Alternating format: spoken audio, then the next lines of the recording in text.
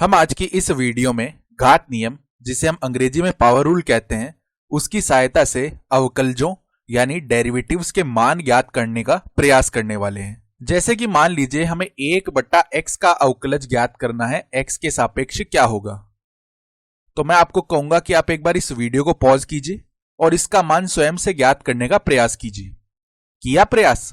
नहीं हुआ तो चलिए कोई बात नहीं, हम साथ में मिलकर यह कर लेते हैं। तो जब हम इसे पहली बार देखते हैं तो हमारे दिमाग में यह असमंजस उठ सकती है कि यहां पर घात नियम किस प्रकार से लागू होगा। तो चलिए एक बार हम घात नियम को पुनः दोहरा लेते हैं। यदि हम x की घात n का अवकलज ज्ञात कर रहे हैं x के सापेक्ष, तो यह मान किसके बराबर आएगा? यह मान ज्ञात करने के लिए हमें क्या करना पड़ेगा, यहां पर ये जो घात में n लिखा हुआ है इसको हम आगे गुणा में लेके आ जाएंगे। तो यह मान किसके बराबर आएगा? n गुणा में x, और जो घात है अब उसमें से एक कम हो जाएगा यानी n-1 बन जाएगा ये। अब यहां पर हम देख पा रहे हैं कि इन दोनों का रूप समान तो है नहीं, किंतु हम क्या कर सकते हैं, 1/x को x की घात -1 लिख सकते हैं। तो यहां पर इसको x की घात -1 लिख लिया और अवकलज ज्ञात कर रहे हैं हम x के सापेक्ष। तो अब इनका रूप एक समान हो गया। हमने इसे x की घात n के रूप में व्यक्त कर लिया, जहां पर n का मान कितना है, -1 है। तो क्या होगा यहां से, यह जो घात में -1 लिखा हुआ है ये यहां पर आगे गुणा में आ जाएगा जब हम अवकलज निकालेंगे। तो इसका मान कितना बन जाएगा, -1 आगे आ गया और गुणा में x की घात -1 और एक और घटा देंगे तो -1 और करना पड़ेगा। तो इसका मान कितना बन जाएगा, माइनस का x की घात -2। तो इस प्रकार से हमने इस अवकलज का मान ज्ञात कर लिया, तो यह इसका मान बन गया है। चलिए अब इसी प्रकार का एक और उदाहरण कर लेते हैं। तो मान लीजिए कि जो fx है वह किसके बराबर है, x के घनमूल के बराबर, और हमें यहां पर f प्राइम x का मान बताना है कितना होगा। तो मैं आपको कहूंगा कि आप एक बार इस वीडियो को पुनः पॉज कीजिए और इसका मान ज्ञात करने का प्रयास कीजिए।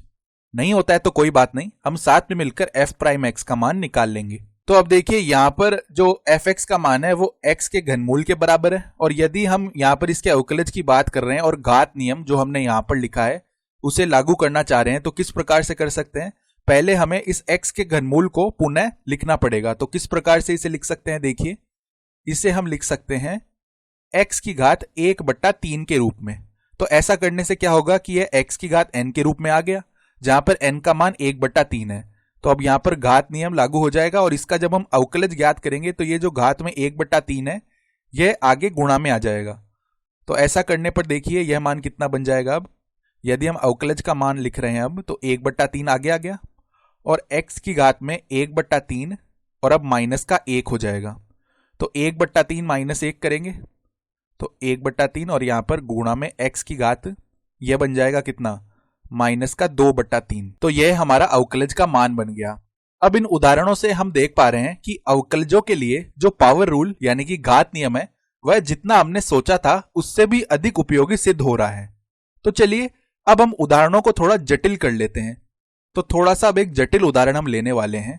मान लीजिए यहां पर लिखा हुआ है x² और इसका भी है घनमूल, और इसका अवकलज हमें ज्ञात करना है, और वह भी तब ज्ञात करना है जब x का जो मान है वह किसके बराबर हो, जब x बराबर 8 हो। तो इसका मान हमें बताना है कितना होगा। तो मैं आपको पुनः कहूंगा कि आप इस वीडियो को पॉज कीजिए और इसका मान स्वयं से ज्ञात करने का प्रयास कीजिए। नहीं होता है तो कोई बात नहीं, हम साथ में मिलकर यह ज्ञात कर लेंगे।